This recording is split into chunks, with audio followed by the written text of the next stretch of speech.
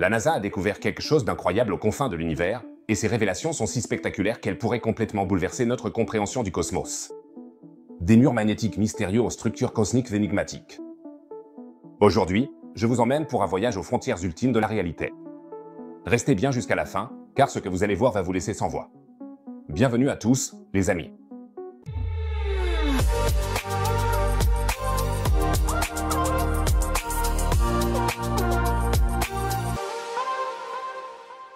La lisière de l'univers, un endroit qui dépasse notre imagination et recèle les plus grands mystères du cosmos.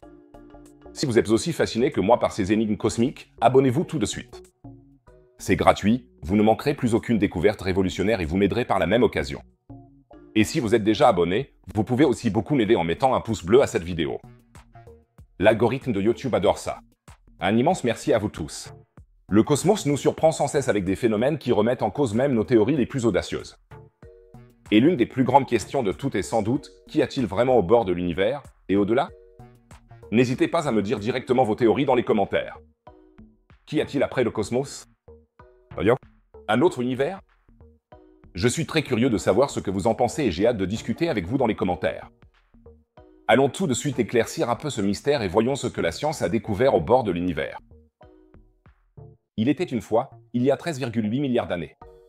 Il n'existait encore rien, ni planète, ni galaxie, ni espace, ni temps. Il n'y avait qu'une singularité, un point sans aucune extension. Et cette petite singularité contenait le potentiel pour un cosmos entier. En quelque sorte, la bosse originelle. D'ailleurs, le mot Nibel, c'est de l'allemand standard ou c'est du Kölsch? Je n'en ai aucune idée. Dites-le moi en commentaire. Quoi qu'il en soit, cette singularité s'est soudainement mise à s'étendre. L'univers est né, d'abord tout petit, puis de plus en plus grand jusqu'à aujourd'hui. C'est ce qu'on appelle l'expansion cosmique. Tout ce que je viens de raconter, on appelle la théorie du Big Bang. On parle de théorie parce que personne n'était là en direct et qu'il est difficile de prouver à 100% des événements qui se sont produits il y a près de 14 milliards d'années. Mais tous les indices vont dans ce sens et, parmi les cosmologistes, cette théorie fait vraiment l'unanimité. Après tout, on peut observer sans aucun doute que l'univers est en train de s'étendre et que la grande majorité des galaxies s'éloignent les unes des autres. Si tout est en expansion, c'est bien que tout a dû commencer à un point commun. C'est donc une preuve très forte en faveur du Big Bang. Mais malgré tout, plusieurs questions se posent maintenant. Qu'y avait-il avant le Big Bang? Qu'y a-t-il à côté de l'espace et qu'y a-t-il exactement au bord? L'univers a-t-il vraiment une limite ou bien est-il infini? Mais alors, dans quoi s'étend-il? J'ai déjà mal à la tête rien qu'en pensant à tout ça. Commençons par clarifier la question de savoir si l'univers a vraiment une limite. Et ensuite, voyons si nous pouvons l'observer. Le problème avec notre conception de l'univers, c'est que nous sommes des êtres tridimensionnels. Nous imaginons donc toujours le cosmos en expansion comme un ballon de football qu'on continue de gonfler. Mais le cosmos possède au moins 4 dimensions. Certains cosmologistes pensent même qu'il y en a plus de 10, et ça dépasse tout simplement notre cerveau d'homme des cavernes. Mais il est possible de considérer l'univers comme une surface finie et courbée, comparable à la surface d'un ballon. Une fourmi qui se promènerait sur la surface du ballon pourrait aller dans n'importe quelle direction sans jamais atteindre de bord. Cependant, notre univers n'est pas un ballon tridimensionnel, mais un ballon d'espace-temps multidimensionnel, et c'est pourquoi il pourrait, bien qu'il soit fini, ne présenter aucun bord visible. Et nous sommes comme des fourmis ignorantes qui explorent le ballon cosmique et ne pourront jamais en percevoir la fin, aveuglés par nos propres limites. Je devrais devenir poète. Certains cosmologistes ont approfondi cette idée du ballon infini et en sont arrivés à la conclusion que l'univers devrait plutôt ressembler à un donut. Ce concept d'un donut multidimensionnel est aussi appelé le donut de Poincaré, du nom du mathématicien français Henri Donut. Je plaisante. Il s'appelait bien sûr Henri Poincaré. C'est lui qui a formulé la conjecture de Poincaré, que les cosmologistes ont prise comme base pour l'univers en forme de donut. L'idée derrière cette théorie, c'est que l'univers pourrait être courbé de telle manière qu'il se referme sur lui-même, un peu comme la surface d'un donut. L'espace ne serait donc pas simplement plat et étendu, mais se courberait d'une façon ancrée dans des dimensions supérieures. Un univers en forme de donut serait donc fini, mais sans bord clairement défini. Il devrait avoir une extension limitée, mais cette limite existerait d'une manière qui serait presque impossible à saisir pour nous, êtres tridimensionnels. Et c'est là tout le point clé de l'univers en forme de donut. Contrairement à la plupart des autres théories cosmologiques, selon lesquelles l'univers serait plutôt comme une crêpe qui s'étend à l'infini, la théorie du donut suggère qu'il est bien plus petit qu'on ne le pensait jusqu'à présent et qu'il est clairement fini, même si cette fin est difficile à appréhender. Et bien sûr, je ne vous ai pas présenté cette théorie uniquement pour pouvoir manger un donut dans cette vidéo, même si c'était clairement l'une des raisons. MMMH, un donnu espace-temps multidimensionnel. Non, cette théorie paraît très réaliste à la lumière de certaines observations. Pour vérifier si le cosmos est un donnu, on pourrait regarder s'il se répète à certains endroits. Imaginez que vous commenciez à cet endroit dans le cosmos et qu'un jour, vous reveniez exactement au même endroit. Ce serait la preuve que l'univers doit être un donnu multidimensionnel. Malheureusement, il faudrait probablement un temps fou pour traverser tout l'univers, et la plupart des scientifiques n'en ont pas vraiment envie. C'est pourquoi ils cherchent, à l'aide de télescopes, des éléments récurrents dans le cosmos. Malheureusement, dans cet univers gigantesque, c'est encore bien plus difficile que la fameuse recherche de l'aiguille dans une botte de foin. Mais de façon pratique, on peut remonter jusqu'à un point où l'espace était encore très, très petit. Cela permet donc, au sens propre du terme, de réduire la taille de la botte de foin à fouiller. Car chaque regard vers le ciel est un voyage dans le passé. Vous voyez les objets tels qu'ils étaient lorsque la lumière a commencé son voyage vers vous. Par exemple, vous voyez toujours le soleil tel qu'il était il y a 8 minutes et 20 secondes, car c'est le temps que met la lumière pour voyager du soleil jusqu'à la Terre. Les astrophysiciens peuvent remonter encore bien plus loin, jusqu'à un moment où l'univers n'avait que quelques centaines de milliers d'années. En effet, il y a environ 380 000 ans, l'univers est devenu transparent. Cela signifie que, soudainement, un rayonnement a été émis, plus précisément le rayonnement micro-ondes cosmique. Jusqu'à ce moment-là, nous pouvons remonter dans le passé et nous voyons alors un gigantesque mur de ce rayonnement micro-ondes qui nous entoure de toutes parts. On appelle cela le fond diffus cosmologique. Comme l'univers était bien plus petit à cette époque qu'il ne l'est aujourd'hui, il est beaucoup plus pratique pour les cosmologistes d'étudier ce fond diffus cosmologique à la recherche de motifs récurrents, afin de trouver des preuves du donnu. Car si cette théorie est correcte, alors l'univers était déjà, 380 000 ans après le Big Bang, un donnu topologique multidimensionnel, simplement beaucoup, beaucoup plus petit. Un mini-donnu cosmologique. Et c'est exactement ce qu'une équipe de chercheurs dirigée par Thomas Buchard de l'Université de Lyon a fait, et ils sont arrivés à des résultats vraiment surprenants. Ils ont examiné le fond diffus cosmologique, ou CMB pour Cosmic Microwave Background, à la recherche d'irrégularités à grande échelle, en particulier des irrégularités de température. L'hypothèse était que si une ou plusieurs dimensions de notre univers se reconnectaient à elles-mêmes comme dans un donnu, ces irrégularités ne pourraient pas être plus grandes que la distance entre les points où l'univers devrait se reconnecter. Thomas Buchard le formule ainsi, dans un espace infini, les perturbations de la température du rayonnement CMB existent à toutes les échelles. Mais si l'espace est fini, alors les longueurs d'onde qui sont plus grandes que la taille de l'espace manquent. Ou, pour le dire scientifiquement, si l'univers est un donnu, il ne peut pas être une craie. Mais même si, comme moi, on pense très souvent aux donuts, il est vraiment très, très difficile de se l'imaginer, il faut l'admettre, car un donnu multidimensionnel dépasse tout simplement les capacités de nos petits cerveaux. Mais pour simplifier, on peut dire que, par exemple, la répartition de la température dans le cosmos devrait présenter moins d'irrégularités s'il se répétait en boucle à plusieurs endroits. Et en fait, les recherches de Thomas Buchard et de son équipe ont précisément montré cela. Il dit « Nous trouvons une bien meilleure concordance avec les fluctuations observées, comparées au modèle cosmologique standard, que l'on suppose infini. La conclusion de notre travail est sans équivoque, l'univers fini correspond mieux aux observations que le modèle infini. Travaillons donc avec l'hypothèse de l'univers en forme de donnu. Le donnu à bord. Donc, on devrait pouvoir le voir d'une manière ou d'une autre, non? Malheureusement, pas vraiment, car ce bord se trouverait probablement au-delà de notre horizon d'observation. L'horizon d'observation est la distance maximale que la lumière a pu parcourir depuis le Big Bang et que nous pouvons donc observer depuis la Terre à l'aide de télescopes. Tout ce qui se trouve au-delà de cet horizon d'observation nous est invisible, car la lumière n'a pas encore eu assez de temps pour nous parvenir. Et à quel point est-ce incroyable de penser qu'il existe d'immenses parties du cosmos dont nous n'avons même pas la moindre idée. C'est un peu comme si vous étiez sur un bateau et que vous voyez déjà une immense étendue d'océan autour de vous. Mais derrière la courbure de la Terre, tout le reste vous attend, que vous ne pourrez voir qu'en passant au-delà de cette courbure. Nous sommes donc des marins sur une mer d'étoiles, et ce que nous savons n'est qu'une goutte, tandis que ce que nous ignorons est un océan. Bon, dernière tentative poétique pour aujourd'hui, promis. Mais il est très probable que la lumière du bord n'atteindra jamais la Terre, même dans un avenir lointain, car le cosmos ne respecte pas ses propres règles du jeu.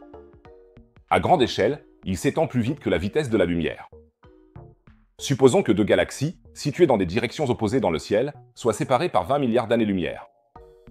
Au rythme actuel d'expansion de l'univers, leur distance augmenterait de 0,007% en 1 million d'années, ce qui correspond à 1,4 million d'années-lumière. 1,4 million d'années-lumière en 1 million d'années? Évidemment, c'est plus rapide que la lumière. D'ailleurs, cela ne ferait pas se retourner Einstein dans sa tombe, car cela ne le dérangerait pas. sa limite cosmique de vitesse ne concerne que le déplacement des objets physiques à travers l'espace d'un point de l'univers à un autre. En général, l'expansion de l'espace n'a rien à voir avec le mouvement des objets dans l'espace et n'est en aucune façon limitée par la vitesse de la lumière. La physique peut donc respirer tranquillement, mais pas nous. Parce que cela signifie que les informations provenant du bord du cosmos ne nous parviendront jamais, car elles se déplacent plus lentement que l'expansion du cosmos. La NASA et d'autres instituts de recherche ont fait ces dernières années bien d'autres découvertes qui nous rapprochent de la compréhension du bord du cosmos. L'une des découvertes les plus spectaculaires concerne la plus grande structure de tout l'univers, la toile cosmique. Et là, les astronomes ont découvert quelque chose de totalement inattendu. Rien qu'en comparant avec la taille de notre système solaire, nous, les humains, sommes absolument minuscules. La fin du nuage d'Oort, la limite gravitationnelle de notre système solaire, se trouve à plus d'une année-lumière de distance. Et ça, ce n'est que notre système solaire, notre foyer cosmique. La Voie lactée, notre galaxie, mesure selon les estimations récentes plus de 200 000 années-lumière. Et puis, en dehors de la Voie lactée, il y a jusqu'à 1 billion d'autres galaxies, et l'univers dans son ensemble fait environ 93 milliards d'années-lumière.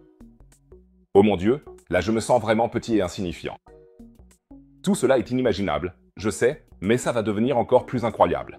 La structure de l'univers dans son ensemble peut être représentée comme ce qu'on appelle le réseau cosmique. Vous le voyez ici en ce moment. Et promis, ce n'est pas une photo du tapis que je n'ai pas lavé depuis 10 ans.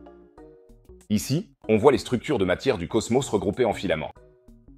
Ces filaments sont donc composés de tout ce bazar cosmique qu'on connaît, nébuleuses, galaxies, amas de galaxies. Sur l'un de ces filaments, nous sommes aussi installés, là, dans la Voie lactée. Alors tout le monde, faites coucou et dit cheese, c'est la plus grande photo de groupe de l'histoire. Ah mince, j'avais les yeux fermés sur la photo. Mais le réseau cosmique ne montre pas seulement des filaments, il contient aussi les mystérieux vides. D'immenses zones vides du cosmos entre les filaments. On voit donc que la matière n'est pas répartie de façon totalement homogène dans l'univers.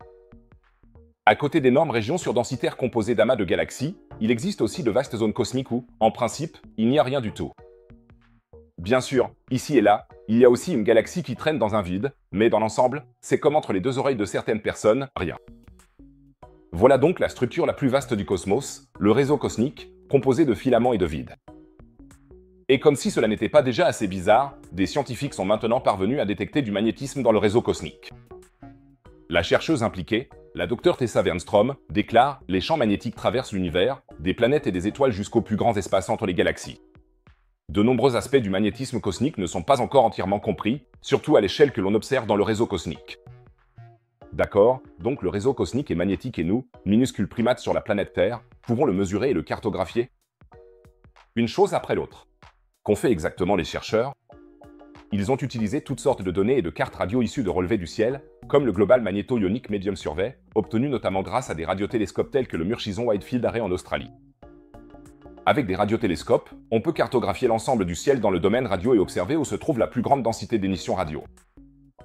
Les chercheurs ont ensuite superposé ces données sur la répartition des émissions radio dans l'espace à la structure simulée du réseau cosmique, et bam! Le résultat final semblait confirmer l'une des hypothèses cosmiques les plus passionnantes. On soupçonne en effet depuis un certain temps que lorsque la matière cosmique fusionne avec les filaments, des ondes de choc d'une ampleur inimaginable sont générées. Ces ondes de choc émettent des émissions radio qui, en théorie, font briller le réseau cosmique dans le spectre radio. Mais cela n'a jamais pu être prouvé de manière définitive, car ces signaux sont tellement faibles. Jusqu'à maintenant. Car c'est précisément ce que les chercheurs ont réussi à faire, ils ont pu détecter la lueur radio du réseau cosmique. En superposant progressivement la cartographie radio du cosmos à la structure simulée du réseau cosmique, tout s'est parfaitement accordé. C'est donc, en principe, un vrai travail de détective astronomique. Et les phénomènes qui se produisent dans les grandes structures du cosmos sont tombés, et là attention au jeu de mots, dans les filets des astronomes. Désolé pour ces blagues. D'ailleurs, les astronomes amateurs parmi vous savent sûrement comment s'appelle la technique utilisée par les chercheurs lorsqu'ils ont superposé les images radio. Le stacking. Sauf que cette fois, c'était vraiment à l'échelle de l'univers. Je sais, tout ce sujet est assez compliqué, alors je vais reformuler ça un peu plus simplement pour vous. Ce n'est pas que je vous prends pour des idiots ou quoi. Les chercheurs ont enregistré des émissions radio provenant des ondes de choc qui traversent la toile cosmique, lesquelles se forment lorsque de grandes structures de matière entrent en collision. Et c'est la toute première preuve d'observation que des particules accélérées, sous forme de ces ondes de choc, sont à l'œuvre dans l'univers. Ou comme le dit la Dr Tessa Wernström, jusqu'à présent, nous n'avons observé ces ondes de choc radio que directement lors de collisions entre amas de galaxies. Mais nous pensons qu'elles existent aussi dans les filaments cosmiques. La plus grande structure du cosmos est donc secouée par de puissantes ondes de choc radio. Encore une de ces idées qui dépassent vraiment l'imagination humaine, non? Jusqu'ici tout va bien, mais certains se demandent sûrement déjà quel est le rapport entre cette lueur radio et le magnétisme du réseau cosmique. Énormément. Imaginez que vous êtes une particule subatomique, dans ce cas un électron, donc une particule chargée négativement, et que vous traversez tranquillement le réseau cosmique en pensant à ce proton séduisant qui vous fait de l'œil depuis des jours. Soudain, vous êtes dévié sur une trajectoire fixe et vous faites partie d'une sorte de courant. Que s'est-il passé? Le champ magnétique du réseau cosmique vous a capturé. Les ondes radio dans le réseau cosmique se forment principalement lorsque des particules chargées comme les électrons sont accélérées dans des champs magnétiques. Les champs magnétiques du réseau cosmique agissent donc comme des accélérateurs et dirigent les électrons sur des trajectoires en spirale, à partir desquelles l'émission radio est alors émise. Cela signifie qu'en observant les ondes radio, les astronomes peuvent cartographier les champs magnétiques du réseau cosmique et mesurer leur intensité ainsi que leur orientation. Cela aide à mieux comprendre la structure du réseau cosmique et son interaction avec les galaxies et les amas de galaxies.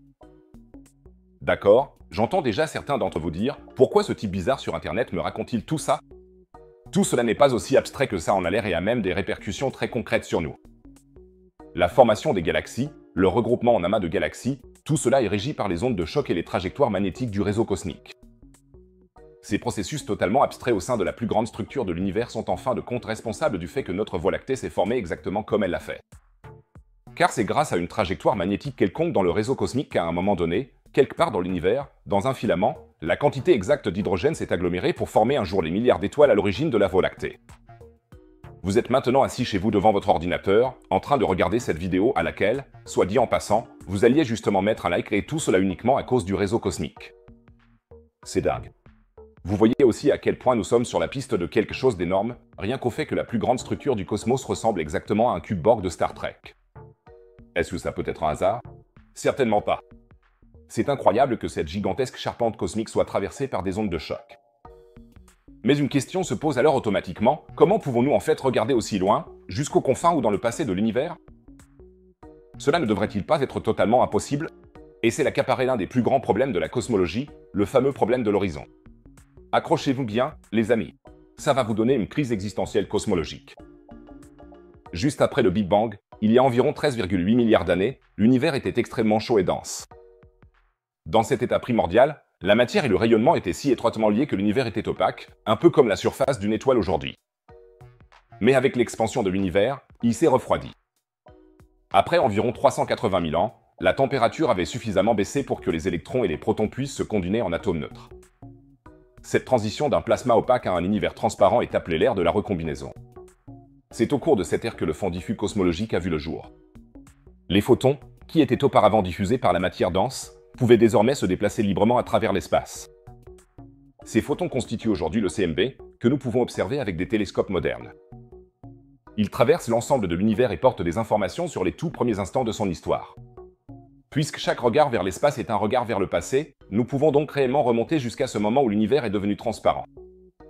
L'astronomie, c'est donc juste un autre mot pour voyager dans le temps. C'est d'ailleurs l'une des raisons pour lesquelles je trouve cette science si fascinante. Mais maintenant, certains d'entre vous vont sûrement se demander avec curiosité, pourquoi justement micro-ondes? La température du fond diffus cosmologique est aujourd'hui d'environ moins 270,45 degrés.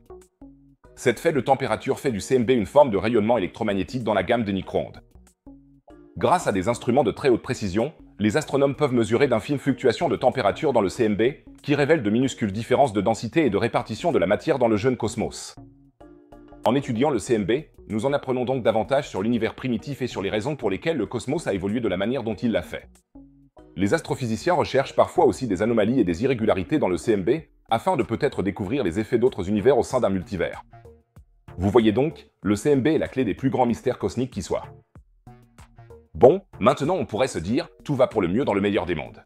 Nous étudions le CMB et ses fluctuations, et ensuite nous savons tout ce qu'il y a à savoir et nous pouvons rentrer chez nous. Mais malheureusement, ce n'est pas aussi simple. Le CMB recèle de nombreux mystères, et le plus grand et le plus étrange est sans doute le problème de l'horizon, qui peut se formuler ainsi: pourquoi l'univers, lorsque nous regardons dans différentes directions, semble-t-il aussi homogène et isotrope, alors que certaines régions de l'univers n'ont jamais été en interaction les unes avec les autres? Le fait que l'univers soit homogène et isotrope est ce qu'on appelle le principe cosmologique. Homogène signifie qu'un observateur perçoit l'univers de la même manière, quel que soit son emplacement dans l'espace. Isotrope signifie qu'un observateur perçoit l'univers de la même manière, quelle que soit la direction dans laquelle il regarde. Ce principe s'applique aux très grandes échelles. Voici la toile cosmique, la structure à très grande échelle de l'univers, que l'on verrait probablement si l'on pouvait zoomer très loin en arrière. Si vous êtes croyant, vous pourriez dire que c'est la carte sur laquelle Dieu joue avec l'univers. Les galaxies sont disposées dans ces filaments plus lumineux. Entre les filaments, il y a d'immenses zones vides, appelées des vides cosmiques.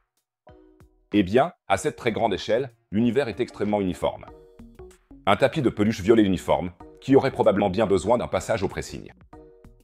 Mais cette uniformité est incompréhensible, car depuis le Big Bang, toutes les régions du cosmos n'ont justement pas interagi entre elles et n'ont donc pas pu s'uniformiser. C'est ce qu'on appelle le problème de l'horizon. Avant que nous ne nous penchions sur les solutions proposées, mettez la vidéo en pause et écrivez-moi vos idées dans les commentaires. Quelle est la réponse au problème de l'horizon? Comment l'espace a-t-il pu devenir aussi uniforme? Je suis super curieux de découvrir vos idées créatives et j'espère qu'on va lancer une discussion passionnante dans les commentaires. Pour mieux comprendre le problème de l'horizon, regardons l'expansion de l'univers depuis le Big Bang. Quand on regarde le ciel depuis la Terre, on voit la lumière qui nous parvient de galaxies et d'astres très lointains. Cette lumière a parcouru un trajet à travers l'espace qui correspond à la durée écoulée depuis son émission. Jusque-là, tout est clair. Selon les lois de la relativité, rien ne peut aller plus vite que la lumière dans le vide, ce qui signifie que la lumière que nous recevons aujourd'hui représente potentiellement les limites de l'univers observable. Mais voilà le problème, la difficulté apparaît lorsque nous examinons la température et la répartition de la matière du fond diffus cosmologique. Bien que cette répartition semble homogène, l'énigme réside dans le fait que différentes régions de l'univers que nous observons n'ont jamais interagi entre elles. Par exemple, la lumière provenant d'une extrémité de l'univers observable n'a jamais pu atteindre l'autre extrémité, car la distance est trop grande pour avoir été parcourue durant toute l'existence du cosmos. En effet, l'univers n'a que 13,8 milliards d'années. Or, l'univers visible mesure au moins 93 milliards d'années-lumière de diamètre. Et pourtant, toutes les régions cosmiques semblent présenter des caractéristiques similaires. C'est un peu comme si vous aviez un gigantesque verre, en bas, il y a le tonique, et par-dessus, on verse le gin. Et même si, selon les lois de la physique, il serait normalement impossible que le gin se soit déjà mélangé au tonique, le cocktail est déjà parfaitement homogène et prêt à être dégusté. L'astronomie me donne toujours envie d'un gin tonic, d'une façon ou d'une autre. Je ne sais pas pourquoi. Comment peut-on résoudre le problème de l'horizon? Il existe quelques idées. L'une des plus connues est la théorie de l'inflation, proposée dans les années 1980 par Alan Guth. Cette théorie postule que l'univers a traversé, peu après le Big Bang, une phase d'expansion inflationnaire extrême. Cela a permis à des régions éloignées de l'univers d'entrer en contact et d'atteindre un état homogène. La théorie de l'inflation n'explique pas seulement le problème de l'horizon, mais fournit aussi des explications à d'autres observations, comme la platitude observée du cosmos et l'absence de monopôle magnétique dans l'univers. D'un autre côté, il semble un peu arbitraire de simplement supposer une telle expansion inflationnaire, juste parce que cela colle bien avec nos observations. À mon avis, une solution un peu plus élégante est celle de l'univers cyclique. Selon cette idée, l'univers existe dans un cycle sans fin d'expansion et de contraction. Pendant la phase de contraction, des régions éloignées du cosmos entrent en contact et atteignent un état d'équilibre thermique. Au cours de la phase d'expansion suivante, l'univers conserve cette homogénéité, ce qui pourrait expliquer l'uniformité observée du fond diffus cosmologique. Notre gin tonic est donc déjà mélangé, car il s'est peut-être contracté et dilaté un nombre infini de fois, ce qui fait qu'on ne devrait peut-être plus le boire, puisqu'il serait alors plutôt éventé. Il existe aussi l'idée que la vitesse de la lumière n'est pas fixe, mais qu'elle était variable dans le jeune cosmos, peu après le Big Bang, et que la lumière allait alors si vite que toutes les régions de l'univers pouvaient effectivement entrer en contact les unes avec les autres. Mais il n'y a pas grand-chose qui plaide en faveur d'une variabilité de la vitesse maximale c. Et cela reviendrait à ouvrir la boîte de Pandore, car on toucherait alors vraiment aux constantes des lois de la nature. Eh bien, quelle est donc la solution la plus probable au problème de l'horizon? Après avoir discuté de plusieurs théories, écrivez-moi en commentaire celle qui vous convainc le plus ou si l'une d'elles correspond peut-être même à vos propres idées. Je suis vraiment curieux de savoir ce que... Tout cela est déjà difficile à imaginer. Mais maintenant, les cosmologues ont découvert quelque chose d'encore plus effrayant. Actuellement, le bord de l'univers continue de s'étendre vers l'extérieur. Le cosmos est en expansion. Mais cette expansion pourrait s'arrêter à tout moment. L'univers pourrait commencer à rétrécir dès la seconde suivante. Sans blague, les amis, ces nouvelles découvertes sont choquantes. Le terme « Big Bang » a été inventé à l'origine pour tourner en ridicule le découvreur de la théorie du Big Bang, le physicien et prêtre belge Georges Lemaître. Ah, toi et ton Big Bang débile, c'est vraiment la honte. Mais Georges Lemaître avait raison, et aujourd'hui, La théorie du Big Bang et la référence en cosmologie est largement considérée comme prouvée. Mais il manque encore la certitude absolue, car on ne peut tout simplement pas remonter jusqu'au Big Bang en observant directement. Peut-être que le télescope James Webb, qui a été lancé il y a quelques semaines, nous apportera des découvertes révolutionnaires sur l'univers primitif, puisqu'il permettra de remonter dans le temps plus loin que jamais auparavant. Mais aujourd'hui, il ne s'agit pas vraiment du début de l'univers, mais plutôt de sa fin. C'est un sujet très vaste, car personne ne sait vraiment comment l'univers va se terminer. On a découvert il y a déjà un certain temps que l'expansion du cosmos a commencé avec le Big Bang et, chose étrange, qu'elle ne ralentit pas avec le temps, mais qu'elle s'accélère de plus en plus. L'expansion s'accélère. C'est étrange, car le Big Bang a eu lieu il y a déjà 13,8 milliards d'années, et plus il s'éloigne dans le temps, plus son énergie devrait diminuer. C'est pourquoi les astrophysiciens ont inventé un terme pour désigner quelque chose qui fait accélérer l'expansion du cosmos. Ce terme, c'est l'énergie noire. En bref, personne ne sait ce qu'est l'énergie noire, mais il doit bien y avoir quelque chose, car il faut bien qu'une force fasse accélérer l'expansion du cosmos. La science peut être si simple. En tout cas, cette expansion rapide peut mener à plusieurs fins possibles de l'univers. Le scénario le plus probable, c'est que le cosmos devienne un jour tellement vaste qu'il finisse par se déchirer. On appelle cela le grand déchirement. Ou alors, il pourrait devenir un jour si gigantesque que l'énergie noire finirait par infiltrer même les plus petites structures, et le cosmos gèlerait littéralement, ce serait le grand gel.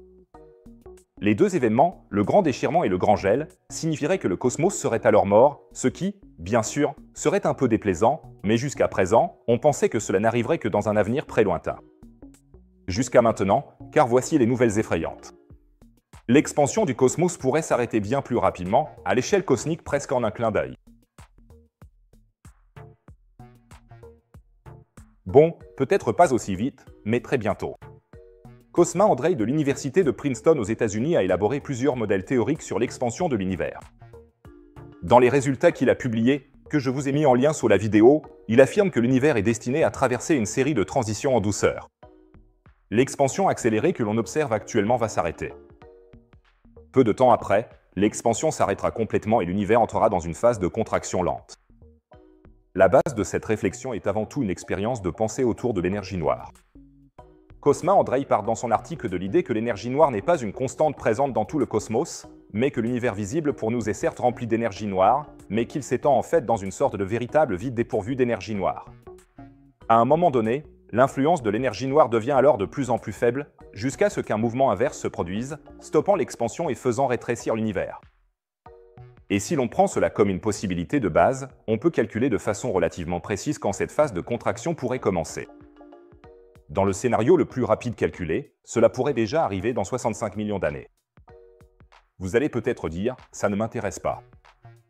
65 millions d'années, c'est tellement loin, de toute façon je n'aurai plus de retraite de l'État. Mais à l'échelle cosmique, c'est une période extrêmement courte. Il y a 65 millions d'années, c'est à peine si l'extinction massive des dinosaures venait d'avoir lieu. Mais notre planète a déjà entre 4 et 5 milliards d'années. Donc, 65 millions d'années, c'est un laps de temps terriblement court pour l'inversion de l'expansion cosmique. Et la question, c'est quel impact cela aurait sur nous si l'univers se mettait soudain à rétrécir au lieu de s'étendre? D'abord, pas grand-chose. On aurait probablement même du mal à s'en rendre compte. En effet, la plupart des objets dans l'espace profond qui s'éloignent de nous sont tellement éloignés qu'il faudrait attendre plusieurs millions d'années pour pouvoir prouver un rapprochement significatif. Et les objets qui sont plus proches de nous, comme par exemple notre galaxie voisine Andromède, que vous voyez ici, ne s'éloignent même pas de nous, car leur gravité est si forte qu'elle l'emporte sur l'expansion cosmique. Dans le cas de la galaxie d'Andromède, cela va même jusqu'à faire que nous nous rapprochons l'un de l'autre, et qu'elle fusionnera avec la Voie lactée dans un lointain futur. Ces objets proches ne sont donc pas adaptés pour confirmer ou infirmer l'affirmation concernant l'expansion cosmique. Si l'on pense maintenant à très long terme, ce qui ne peut pas faire de mal, il n'est pas forcément désavantageux pour nous que l'expansion s'inverse un jour. En effet, à l'heure actuelle, à chaque seconde qui passe, nos chances d'atteindre des galaxies très lointaines diminuent rapidement, car plus elles s'éloignent de nous à cause de l'expansion, plus il devient difficile d'y parvenir. Et si cette évolution s'inversait, alors certaines galaxies pourraient peut-être un jour se retrouver à notre portée, dans quelques centaines de millions d'années. Maintenant, voici une idée complètement farfelue de ma part. Supposons que la réflexion de Cosma Andrei soit correcte et que le cosmos puisse commencer à rétrécir en peu de temps. Cela ne pourrait-il pas être une réponse au paradoxe de Fermi? Du moins à l'échelle intergalactique? Imaginez une civilisation extraterrestre extrêmement avancée dans une galaxie très lointaine, dont les idées et les projets s'étendent sur des périodes de temps très longues. Ces extraterrestres veulent coloniser une nouvelle galaxie, la Voie lactée, s'approprier toutes les planètes qui s'y trouvent et exterminer toutes les formes de vie intelligente rivales, ce qui ne serait pas très sympa. Ces extraterrestres font alors un calcul simple, nous pourrions partir maintenant avec notre gigantesque flotte, mais il nous faudrait consommer une quantité incroyable de ressources pour franchir cette distance. Ou alors, nous attendons encore 100 millions d'années, jusqu'à ce que la contraction du cosmos nous ait automatiquement rapprochés. Imaginez, par exemple, que vous vouliez partir en vacances en Australie, mais que vous sachiez qu'à cause d'une dérive des continents très rapide, l'Australie se trouvera l'année prochaine juste devant votre porte. Alors vous diriez peut-être, bon, je vais attendre encore un peu avant de partir en vacances, jusqu'à ce que l'Australie soit devant ma porte l'année prochaine. Il faut vraiment que je trouve de meilleures comparaisons. En d'autres termes, la solution au paradoxe de Fermi à l'échelle intergalactique, c'est-à-dire la raison pour laquelle nous n'avons pas encore découvert d'extraterrestres venant d'en dehors de la Voie lactée, pourrait être que nous sommes actuellement dans une phase d'expansion du cosmos, alors que les extraterrestres savent que la phase de contraction va bientôt commencer et qu'ils préfèrent simplement attendre jusque-là.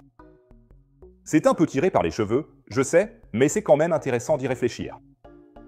N'hésitez pas à m'écrire dans les commentaires ce que vous pensez de ma solution au paradoxe de Fermi. Nous avons entendu le terme « rien » à plusieurs reprises tout au long de la vidéo. Il ne pourrait rien y avoir en dehors de l'univers. L'univers s'étend vers le néant. Avant le Big Bang, il n'y avait rien. Mais qu'est-ce que rien? Est-ce que rien n'est rien ou est-ce quelque chose? Maintenant, les choses deviennent vraiment folles. Ex nihilo nihil fi. Rien ne vient de rien. Les philosophes anciens le savaient déjà, mais c'est faux, comme nous le verrons bientôt. Quand j'ai entendu cette phrase, la première chose qui m'est venue à l'esprit a été le Big Bang. Selon cette théorie généralement acceptée, l'univers est apparu lors d'un événement singulier il y a 13,8 milliards d'années. Tout ce qui existe aujourd'hui était comprimé dans un minuscule point, une singularité, puis soudain tout a commencé à s'étendre et à exister tout court. Selon la théorie, il n'y a pas de « avant » le Big Bang. On devrait donc dire que quelque chose est bel et bien né du néant, à savoir l'univers tout entier. Mais à quoi ressemble la situation aujourd'hui, maintenant que tout existe d'une certaine manière? Est-ce qu'il existe encore le rien? Mais qu'est-ce que rien, au juste? Avant de continuer, écrivez-moi dans les commentaires comment vous définiriez le rien. Qu'est-ce que rien? Je suis super curieux de voir vos tentatives d'explication et je répondrai à autant d'entre elles que possible, promis. Quand on essaie de penser à rien, ça ne marche pas vraiment. Même si on a l'impression que beaucoup de gens font vraiment des efforts pour ne penser à rien. Beaucoup de gens diraient aussi simplement que rien, c'est juste un grand vide noir. Mais le noir, ce n'est pas rien non plus. Le vide, c'est peut-être déjà plus proche. Et si on prenait un morceau vide de l'univers? Un morceau de vide? Est-ce qu'il n'y aurait alors vraiment rien dedans? Malheureusement, je dois vous décevoir, les amis. Il n'y a toujours pas rien là-dedans, mais de la mousse quantique. Repensons à notre morceau vide de l'univers. Tout d'abord, nous constaterions que même l'espace apparemment vide n'est généralement pas un vide parfait. Même dans les zones particulièrement vides du cosmos, entre les galaxies, il existe ce qu'on appelle de la matière intergalactique, c'est-à-dire des concentrations extrêmement ténues, par exemple d'hydrogène et de poussière. J'entends déjà certains d'entre vous proposer, alors, on n'a qu'à aspirer l'hydrogène et la poussière. Et là, on aurait un vide parfait, c'est de rien du tout. D'accord, que se passerait-il si des scientifiques prenaient notre boîte cosmique et en retiraient toute la matière intergalactique pour créer un vide idéal, totalement dépourvu de matière? Enlever la matière signifierait qu'il resterait de l'énergie. De la même manière que l'énergie du Soleil peut traverser l'espace vide pour atteindre la Terre, la chaleur provenant d'autres régions du cosmos rayonnerait dans notre vide. Donc, cette zone ne serait en réalité pas vraiment vide. Mais même ça, on peut le résoudre. Il suffit de refroidir la zone à la température la plus basse possible, le zéro absolu, pour qu'elle n'émette plus aucune énergie. Nous construisons aussi des murs autour de ce coin de l'univers, afin qu'aucune énergie ou radiation ne puisse plus y pénétrer de l'extérieur. Alors, à l'intérieur de cette boîte cosmique, il n'y aurait vraiment plus rien du tout. N'est-ce pas? Faux!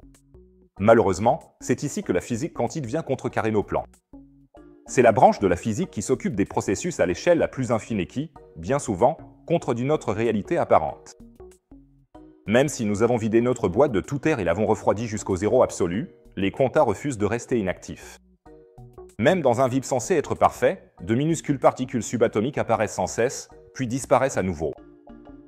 C'est un peu comme les bulles dans la mousse du bain quand vous jouez joyeusement avec votre canard en plastique.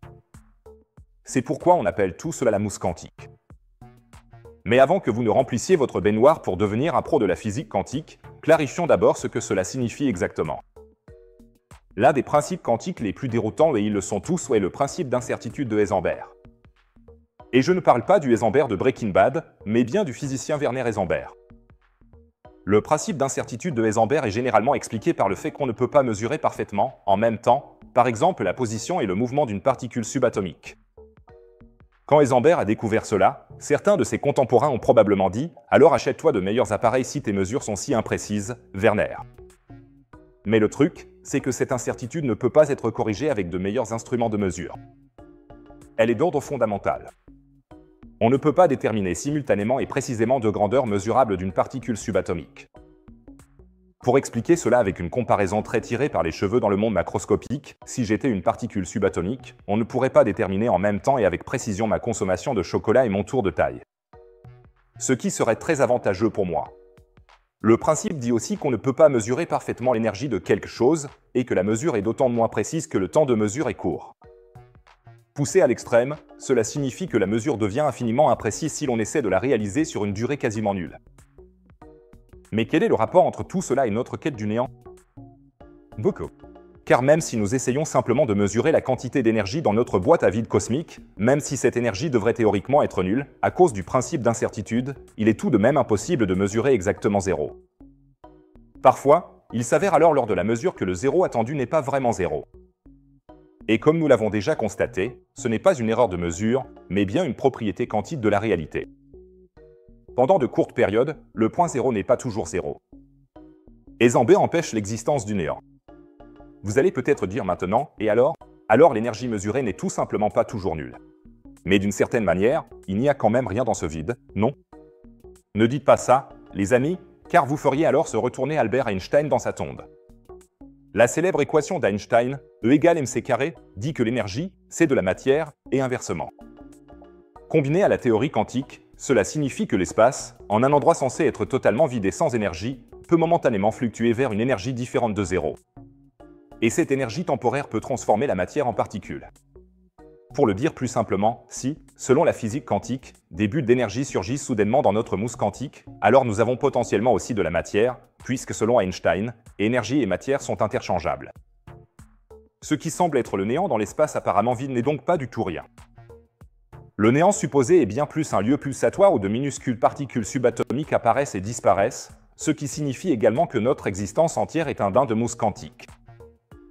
Bon, alors ne prenez plus jamais de douche. Encore une chose pour les plus sceptiques d'entre vous qui se demandent si cela peut réellement être prouvé. Cela peut être fait grâce à l'effet Casimir. Imaginez que vous placiez deux plaques métalliques dans un récipient sous vide. Ces plaques ne sont séparées que d'1 millimètre. Si l'idée de la mousse quantique est correcte, alors la zone autour des plaques est remplie d'un flot invisible de particules subatomiques qui apparaissent et disparaissent dans l'existence. Et c'est exactement comme ça. En 2001, des scientifiques ont réussi à prouver l'effet Casimir. La pression créée par la mousse quantique fait bouger les plaques. La mousse quantique est réelle. Donc rien n'est pas rien. Ouf. Je ne sais pas pour vous, mais j'ai vraiment la tête qui tourne. Probablement parce qu'il est plein de mousse quantique. J'espère que ces découvertes vous ont autant fasciné que moi. L'univers est vraiment plein de surprises et chaque jour, nous en apprenons davantage sur les structures mystérieuses aux frontières de la réalité. Bien sûr, je vous tiendrai au courant ici sur la chaîne de toutes les nouvelles découvertes concernant ces phénomènes cosmiques. Alors, si ce n'est pas déjà fait, appuyez maintenant sur le bouton d'abonnement et n'oubliez pas de mettre un pouce bleu pour cette vidéo. Et à propos de signaux mystérieux et de phénomènes inexpliqués, en Antarctique, des chercheurs ont récemment reçu un signal qui, selon les lois de la physique, ne devrait même pas exister, et il provient directement de la glace. Qu'est-ce qui se cache derrière ce phénomène énigmatique venu de la glace éternelle? Pour découvrir toute l'histoire spectaculaire, cliquez absolument sur la vidéo affichée en haut à droite. C'est vraiment, vraiment passionnant. Sinon, je dirais qu'on se retrouve dans la prochaine vidéo. Prenez soin de vous, les amis.